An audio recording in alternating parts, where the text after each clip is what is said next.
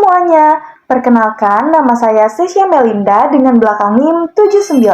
Saya dari kelas 1A, saya merupakan mahasiswi jurusan Ilmu Kelautan Fakultas Pertanian Universitas Sultan Ageng Tirtayasa. Di video kali ini, kita akan belajar bersama tentang gelombang laut. Bagaimana sih gelombang itu terbentuk? Apa itu panjang gelombang, dan bagaimana kita bisa menghitungnya dengan menggunakan rumus sederhana. Yuk langsung kita mulai. Gelombang laut merupakan fenomena naik turunnya permukaan air laut.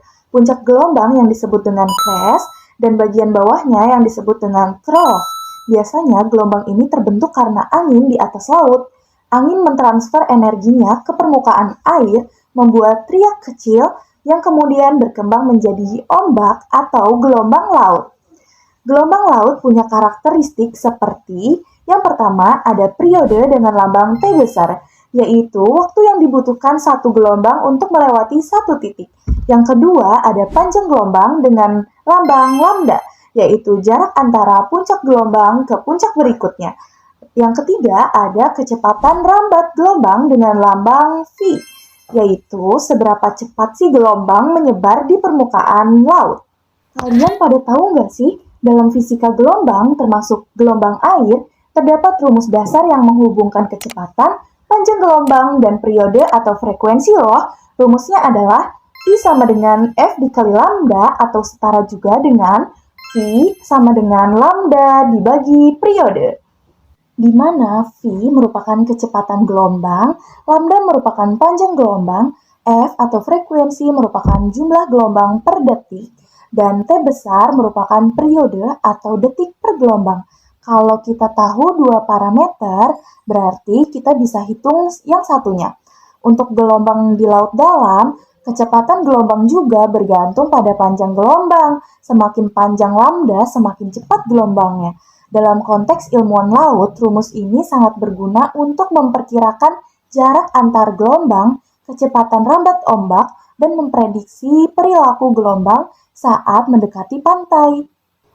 Misalnya, bayangkan ada gelombang laut dengan periode 8 detik dan kecepatannya 12,5 meter per sekon. Kita ingin tahu nih panjang gelombangnya jika kita asumsikan sebagai gelombang laut dan kita gunakan pendekatan standar, maka diketahui periodenya adalah 8 sekon atau 8 detik dan V-nya atau kecepatannya yaitu 12,5 meter per sekon.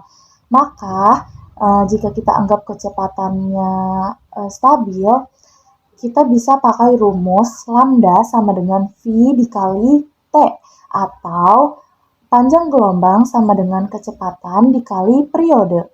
Jadi, panjang gelombang sama dengan kecepatannya adalah 12,5 meter per sekon dikali periode 8 detik sama dengan menghasilkan 100 meter.